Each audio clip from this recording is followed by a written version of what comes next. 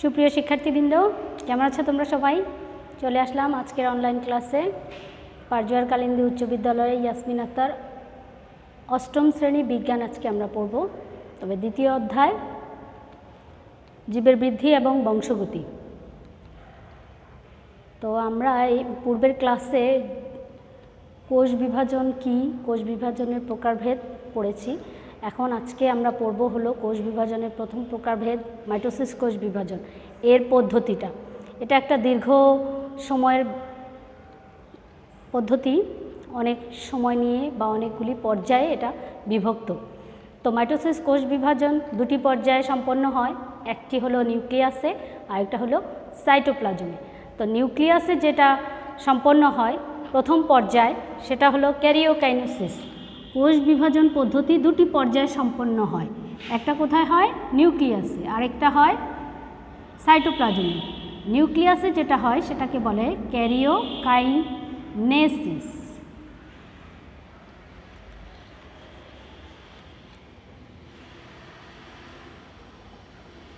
Karyokinesis. আর যেটা সাইটোপ্লাজমে হয় সেটাকে বলা হয় সাইটোকাইনেসিস।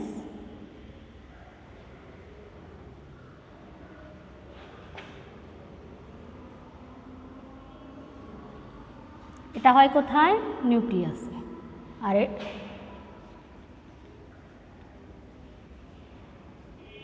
আর এটা হয় কোথায়? সাইটোপ্লাজমে।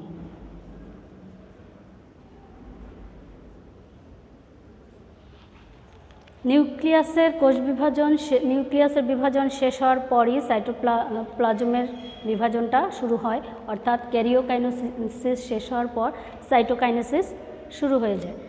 তো মাইটোসিস কোষ বিভাজনকে অনেকগুলি ধাপে সম্পন্ন হয়, 5টি ধাপে সম্পন্ন হয়, মোট 5টি। তোমরা নিউক্লিয়াসের বিভাজন এবং সাইটোপ্লাজমের বিভাজন অর্থাৎ ক্যারিওকাইনেসিস এবং সাইটোকাইনেসিস কাকে বলে এই সংজ্ঞাটা মনে রাখবে, শিখে রাখবে। তো মাইটোসিস কোষ বিভাজনের ধাপ কয়টি? 5টি। 1 নম্বর ধাপ হচ্ছে প্রোফেজ। 2 নম্বর ধাপ প্রোমেটাফেজ।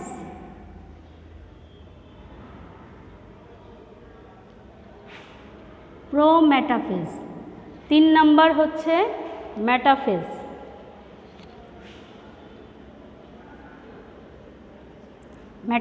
আগে নামগুলি মুখস্থ রাখবা, তারপর বর্ণনাগুলি তোমার সহজ হবে। মেটাফেজ, অ্যানাফেজ এবং 5 নম্বর হচ্ছে টেলোফেজ। অ্যানাফেজ এ দিয়ে লেখা যায়, অথবা তোমাদের বইয়ে যেহেতু স্বরেয় জফলা আকার আছে এভাবে শিখলেই হবে, অ্যানাফেজ। এবং 5 নম্বর হচ্ছে টেলোফেজ। এই 5টি ধাপে সম্পন্ন হয়, একটি ধাপ শেষ হলে আরেকটি, এভাবে 5ম ধাপ পর্যন্ত একটি মাইটোসিস কোষ বিভাজন শেষ হয়ে যায়। এখন আমরা ধাপে ধাপে এর বৈশিষ্ট্যগুলো শিখব। তবে এটা শেখার আগে তুমি ছবি আঁকার প্র্যাকটিস করবে। মাইটোসিস কোষ বিভাজন যখন পরীক্ষায় আসে তখন একটা ছবি দিয়ে আসে যে এই পর্যায়টা, এই ছবিটা কোন পর্যায়ে, তার বৈশিষ্ট্য লেখো। যার কারণে তোমাকে কি করতে হবে? প্রতিটা পর্যায়, প্রতিটা ধাপ ছবি সহ তুমি শিখবে। তাহলে আমরা প্রথমেই শুরু করি প্রোফেজ পর্যায় বা প্রোফেজ ধাপে কি কি হয়ে থাকে। মাইটোসিস কোষ বিভাজনের প্রোফেজ ধাপের ছবিটা অনেকটা এরকম। এই হলো একটা কোষের নিউক্লিয়াস। মনে করো এটা একটা উদ্ভিদ কোষ। উদ্ভিদ কোষে তোমরা জানো কোষ প্রাচীরটা একটু ভারী হয়। এই হলো নিউক্লিয়াস। নিউক্লিয়াসে থাকে ক্রোমোসোম, ছোট ছোট জল তো অর্ধতরল পদার্থ যেটা, সেটা নিউক্লিওপ্লাজম। আর কালো একটা গোলাকার বস্তু আছে সেটাকে বলা হয় নিউক্লিওলাস। আর এই যে সুতার মতো অংশগুলি, এগুলি ক্রোমাটিন তন্তু। এগুলির অনেকগুলি নাম আছে, ক্রোমাটিন তন্তু, ক্রোমোসোম, ক্রোমাটিড এবং নিউক্লিয়ার জালিকাও বলা হয়। তো প্রথমে প্রোফেজ ধাপ, তুমি ছবিটা কল্পনা করবে। তারপরে লিখবে এর পয়েন্টগুলো মানে বৈশিষ্ট্যগুলো। প্রোফেজ ধাপে কি হয়ে থাকে? প্রথমে নিউক্লিয়াসটি বড় হয়। তুমি এখানে ধাপটা এভাবে লিখবে, নিউক্লিয়াস স্বাভাবিক যে অবস্থায় ছিল তার চেয়ে একটু বড় হয়। তারপর 2 নম্বর ধাপ, এর মধ্যে যে সুতার মতো অংশগুলি এগুলি হচ্ছে ক্রোমাটিড। ক্রোমোসোমগুলো ভেঙে চুরে একেবারে সুতার মতো চিকন ক্রোমোসোমে পরিণত হয়, যা স্পষ্ট দেখা যায়। 2 নম্বর হচ্ছে এর মধ্যে পানি বিয়োজন হয়, তার মানে কি পানিটা আস্তে আস্তে কমে যায়, শুকনা অবস্থার সৃষ্টি হয়। এই 3টি ধাপ এখানে সম্পন্ন হয়। পানি বিয়োজন,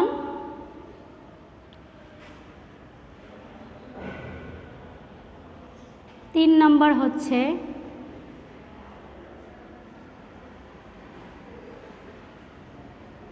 ক্রোমোসোম।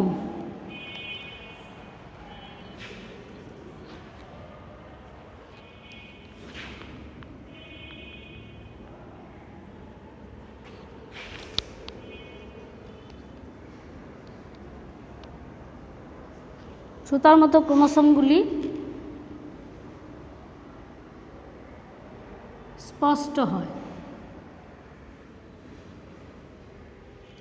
3টা ধাপ লিখলেই মোটামুটি হয়ে যাবে। তাহলে কি হলো, ক্রোমোসোম বড় মানে নিউক্লিয়াসটি আকারে বৃদ্ধি পেল, পানি বিয়োজন ঘটল এবং সুতার মতো ক্রোমোসোমগুলো স্পষ্ট দেখা গেল। আরেকটা হলো যে এই ক্রোমোসোমগুলো কিন্তু এরকম অবস্থায় থাকে, এর মাঝখানে একটা গিঁট থাকে, এই গিঁটটাকে বলা হয় সেন্ট্রোমিয়ার। সেন্ট্রোমিয়ারের মধ্যে গিঁটের মধ্যে আটকা থেকে এগুলি ছুটে যায়। যখন ছুটে যায় তখন এই ক্রোমোসোমগুলো ক্রোমাটিডে পরিণত হয়। ক্রোমোসোম থেকে হয়ে যায় ক্রোমাটিড। গিঁটটা ঠিকই থাকে কিন্তু ক্রোমোসোমগুলো 2টি সুতার মতো এরকম আলাদা আলাদা হয়ে যায়। এই এক একটা আলাদা অংশগুলিকে বলা হয় ক্রোমাটিড। এটাও প্রোফেজ ধাপে সম্পন্ন হয়ে থাকে। প্রোফেজ ধাপটা হচ্ছে সবগুলো ধাপের মধ্যে দীর্ঘস্থায়ী ধাপ, সবচেয়ে বড় ধাপ। তো আমরা পরবর্তী ধাপে চলে যাই। তাহলে কি হলো, ক্রোমোসোমগুলো ক্রোমাটিডে পরিণত হয়। এটা আরেকটা পয়েন্ট তুমি লিখতে পারো ইচ্ছা করলে। এরপর আমরা দেখব প্রোমেটাফেজ, 2 নম্বর ধাপ। 2 নম্বর কি?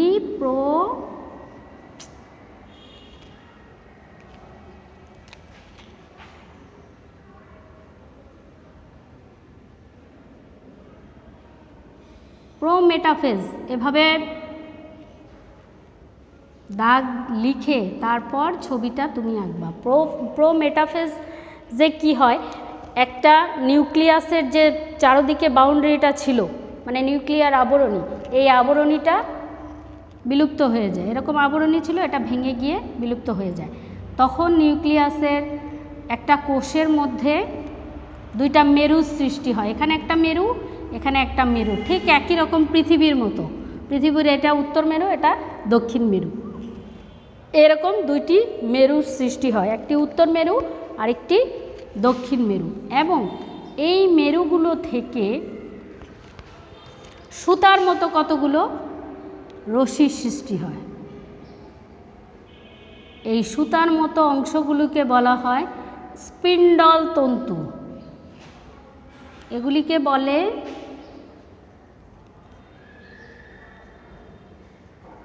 আর স্পিন্ডল তন্তু যে স্থান থেকে শুরু হয়েছে এটাকে বলা হয় স্পিন্ডল যন্ত্র।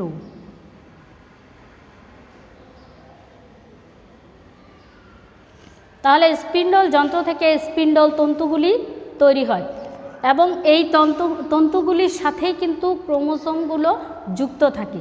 আমরা যে ক্রোমোসোমগুলোর মধ্যে যে সেন্ট্রোমিয়ার দেখেছি ওই সেন্ট্রোমিয়ারের সাথে এগুলি যুক্ত থাকে। মনে করো এখানে একটা সেন্ট্রোমিয়ারের সাথে এই তন্তুটা যুক্ত, এখানে একটা, এখানে একটা, সেন্ট্রোমিয়ারের সাথে তন্তুগুলি যুক্ত অবস্থায় থাকে।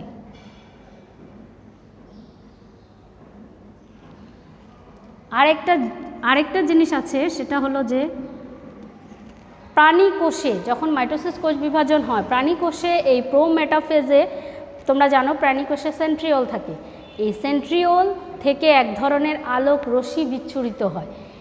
এই আলোক রশ্মিটা এই স্পিন্ডল দুই মেরুতেই বিচ্ছুরিত হয় এবং এটা একটা রশ্মি যে বিচ্ছুরিত করে সেই রশ্মিটার নাম হচ্ছে অ্যাস্টার রশ্মি। অ্যাস্টার রশ্মি এই সেন্ট্রোমেয়ার থেকে উৎপন্ন হয় এবং এটা কোষের দুই মেরুতে অবস্থান করে। নিউক্লিয়াসের দুই মেরু থেকে যে তন্তুগুলি সৃষ্টি হয় এই তন্তুগুলি তৈরি করতেও এই অ্যাস্টার রশ্মি কাজ করে থাকে, তবে এটা প্রাণী কোষে, উদ্ভিদ কোষে না। তাহলে আমরা যেহেতু উদ্ভিদ কোষ আঁকতেছি আমাদের এখানে এটা দরকার নেই, তবে তুমি এটা পড়বে। তাহলে কি হলো,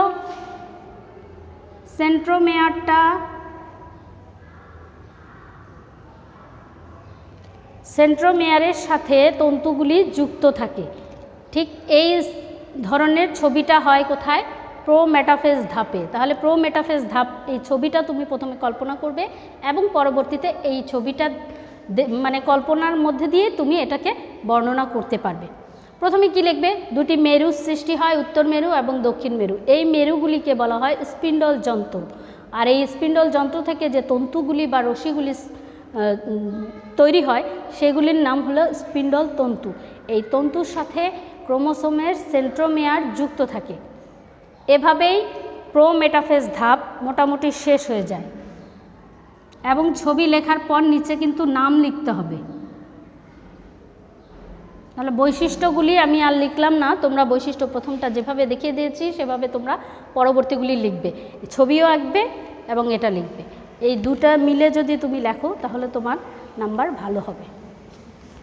প্রোমেটাফেজ গেল, এরপরে দেখো শুধু মেটাফেজ, এটা 3 নম্বর ধাপ।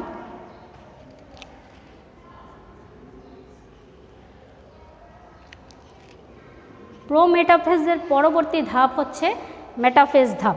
এই মেটাফেজ ধাপের ছবিটা প্রায় একই রকম, তবে একটুখানি পার্থক্য আছে।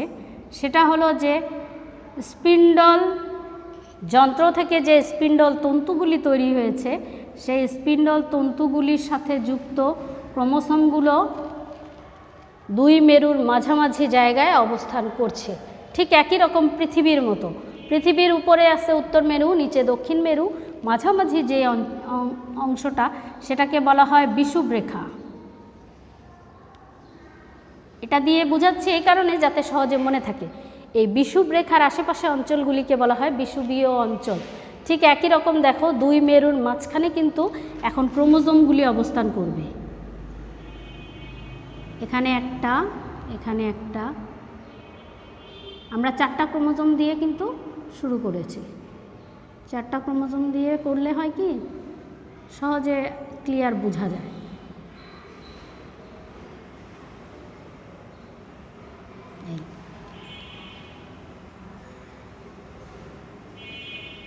তাহলে এই অঞ্চলটা কি বললাম, এটা হচ্ছে বিষুবীয় অঞ্চল। ক্রোমোজোমগুলো কোথায় অবস্থান করছে, দুই মেরুর মাঝামাঝি অর্থাৎ বিষুবীয় অঞ্চলে অবস্থান করছে। এখানে তুমি লিখবা বিষুবীয় অঞ্চল।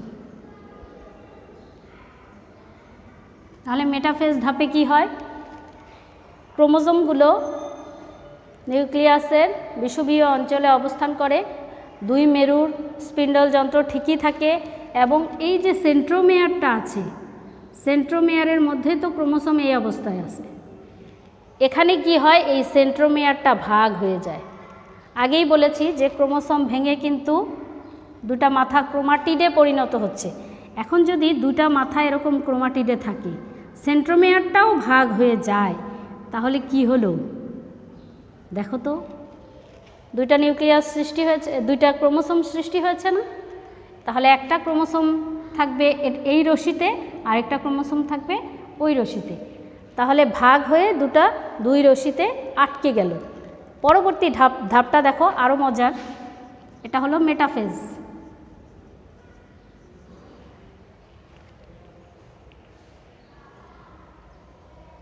মেটাফেজে কি হলো, ক্রোমোসোমগুলো বিষুবীয় অঞ্চলে অবস্থান করছে এবং স্পিন্ডল তন্তু তো আছে। এবং এখানে একটা জিনিস কি, ক্রোমোসোমগুলো খুবই এই অবস্থায় ক্রোমোসোমগুলো খুবই খাটো এবং মোটা থাকে।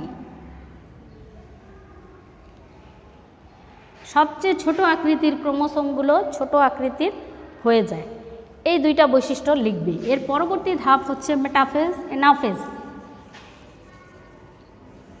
এনাফেজে কি হয় আমরা দেখি। পরবর্তী ধাপ লেখো এনাফেজ।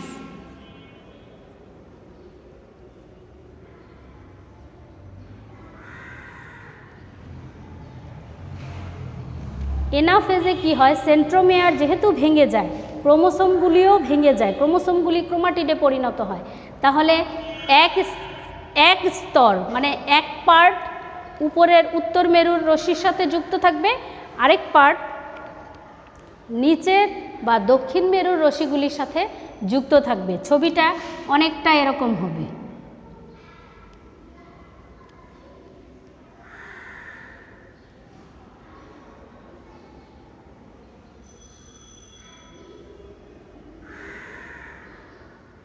এখান থেকে এটা ছিঁড়ে গেছে বা বিচ্ছিন্ন হয়ে গেছে।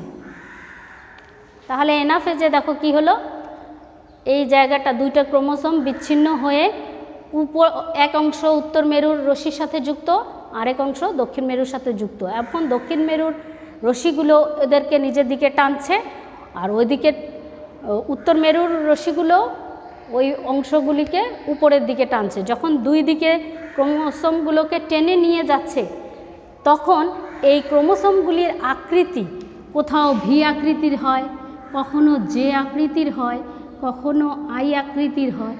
এই বিভিন্ন আকৃতিগুলি ধারণ করে থাকে। অনেক সময় অবজেক্টিভ আসে যে কি আকৃতির হয়।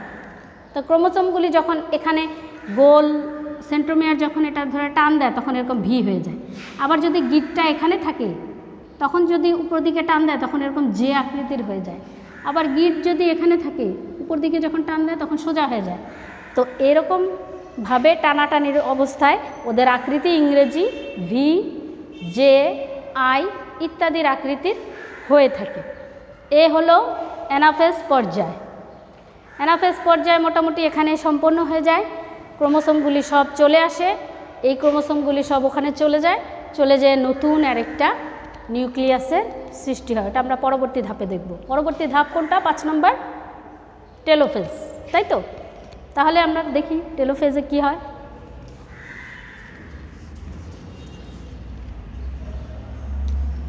যে নিউক্লিয়াসগুলি স্পিন্ডল যন্ত্র থেকে স্পিন্ডল তন্তুগুলি টেনে নিয়ে আসলো, সেই ক্রোমোসোমগুলো পরে উপরে চলে আসার পর একটা নিউক্লিয়ার আবরণী আবার নতুন করে সৃষ্টি হতে থাকে এবং নিউক্লিওলাস আবার সৃষ্টি হতে থাকে। ক্রোমোসোমগুলো সুতার মতো পেঁচায় পেঁচায় লম্বা হতে থাকে। 4টা ছিল, 4টাই আছে, দেখো 4টা ছিল, 4টাই ছিল, 4টা ছিল, 4টাই আছে। নতুন করে নিউক্লিয়ার আবরণী তৈরি হয়, তারপরে নিউক্লিওলাস তৈরি হয়, এর ভেতরে তরল পদার্থ বা নিউক্লিওপ্লাজমগুলো তৈরি হয়। এভাবে একটি নিউক্লিয়াস থেকে তোমরা দেখতে পাচ্ছ 2টা নিউক্লিয়াসে পরিণত হয়। এখন এখানেই সম্পন্ন না, এর মাঝখানে একটা কোষ প্লেট তৈরি হয়। আস্তে আস্তে ধীরে ধীরে একটা কোষ প্লেট তৈরি হবে। তো এই কোষ প্লেট তৈরি হওয়ার পরেই এই কোষটা বিভাজিত হয়ে 2টো কোষে পরিণত হবে এবং এই অ্যানাফেজ দশার সাথে সাথেই ক্যারিওকাইনোসিস সম্পন্ন হবে, অর্থাৎ নিউক্লিয়াসের বিভাজনটা সম্পন্ন হয়ে যাবে। তাহলে এই পর্যায়টা তুমি লিখবা। এখানে তুমি কোষের ধাপ লিখবা অ্যানাফেজ, তারপর এখানে লিখবা নিউক্লিয়ার আবরণী নতুন করে সৃষ্টি, নিউক্লিয়ার আবরণী, তারপর নিউক্লিওলাসের আবির্ভাব বা উৎপন্ন হলো আবার নতুন করে। এভাবে টেলোফেজ সম্পন্ন হয়েছে।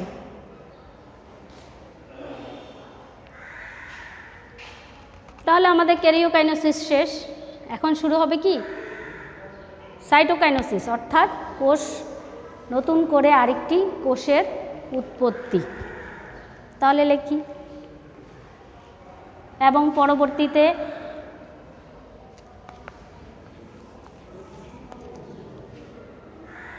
সাইটোকাইনেসিস উপরে লিখতে গেলে লেখাটা হালকা হয়ে যায়।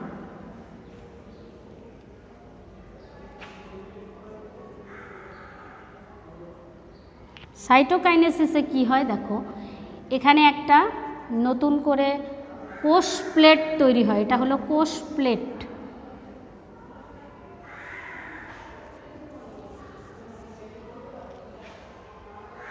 এটা এন্ডোপ্লাজমিক জালিকা বা এন্ডোপ্লাজমিক রেটিকুলাম জমা হতে হতে হতে হতে একটা কোষ প্লেট তৈরি করে এবং পরবর্তীতে কি হয়, নতুন করে আরেকটি কোষে উৎপন্ন হয়। এই ধরো একটা নতুন কোষ তৈরি হয়ে গেল, আবার এখানেও একটা নতুন কোষের তৈরি হলো।